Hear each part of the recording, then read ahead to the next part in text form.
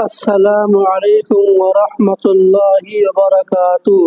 محترم ناظرین و سامعین، امید ہے کہ آپ لوگ خیر و عافیت کے ساتھ ہوں گے۔ اللہ رب العزت آپ لوگوں کو ہمیشہ خوش رکھے، آمین۔ ناظرین کرام، پہلی رکعت میں سورۃ الناس اگر کوئی پڑھ لے تو بقیہ رکعتوں میں پھر کیا پڑھنا چاہیے، تو اس بارے میں ہم آپ کے سامنے دو فتوے پیش کرتے ہیں۔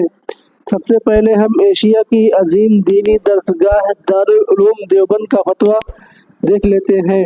سوال: اگر ہم پہلی رکعت میں سورۃ الناس پڑھ لیں تو اگلی رکعتوں میں کیا پڑھیں؟ جواب: بسم اللہ الرحمن الرحیم، اگلی دو رکعتوں میں بھی سورۃ الناس پڑھیں فقط، واللہ تعالی عالم۔ دارالفتہ دارالعلوم دیوبند۔ آئیے ہم جامعہ علوم اسلامیہ علامہ محمد یوسف بن نوری ٹاؤن کا فتویٰ دیکھتے ہیں۔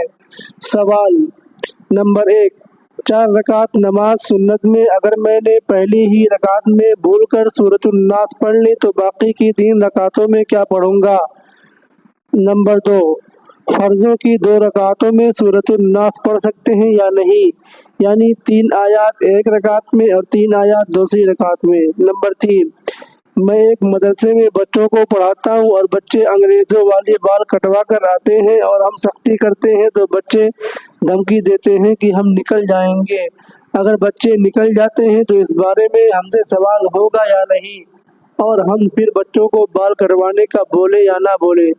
جواب: نمبر 1: باقی 3 رکعتوں میں کسی بھی جگہ سے پڑھا جا سکتا ہے۔ قرآن کی ترتیب کا خیال رکھنا صرف فرائض میں ضروری ہے، سنن و نوافل میں نہیں۔ البتہ افضل یہ ہے کہ پہلی رکعت میں بھول کر سورۃ الناس پڑھ لی تو بقیہ تمام رکعتوں میں سورۃ الناس ہی پڑھ لینی چاہیے۔ نمبر 2: اگر کوئی شخص سورۃ الناس کی 3 آیتیں پہلی رکعت میں پڑھتا ہے اور بقیہ 3 آیتیں دوسری رکعت میں پڑھتا ہے تو ایسا کرنا جائز ہے۔ اتنی مقدار پڑھ لینے سے نماز ہو جائے گی، لیکن ایسا نہیں کرنا چاہیے۔ نمبر 3: غیروں کے طریقوں سے جس طرح خود بچنا ضروری ہے، اسی طرح اس سے اپنے معاشرے کے افراد خصوصاً زیر تربیت بچوں کو بچانا اور اس سے دور رکھنا ضروری ہے۔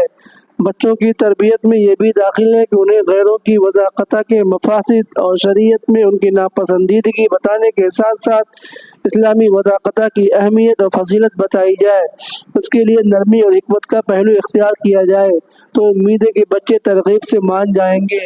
اس کے باوجود نہ مانے اور بچوں پر سختی کرنے سے ان کے چھوڑ کر جانے کا خطرہ ہو تو ان کے سرپرستوں کو بلا کر انہیں سمجھایا جائے اور مسئلے سے آگاہ کیا جائے۔ بہرحال ایسا طریقہ کار ہرگز اختیار نہ کریں جس سے بچے تعلیم ہی چھوڑ دیں، البتہ حکمت اور تدبیر سے اصلاح کی کوشش ضرور جاری رکھیں فقط، واللہ تعالی عالم۔ امید ہے کہ آپ کو بات سمجھ میں آ گئی ہوگی۔ جو لوگ اس چینل پر نئے ہیں چینل کو سبسکرائب کریں۔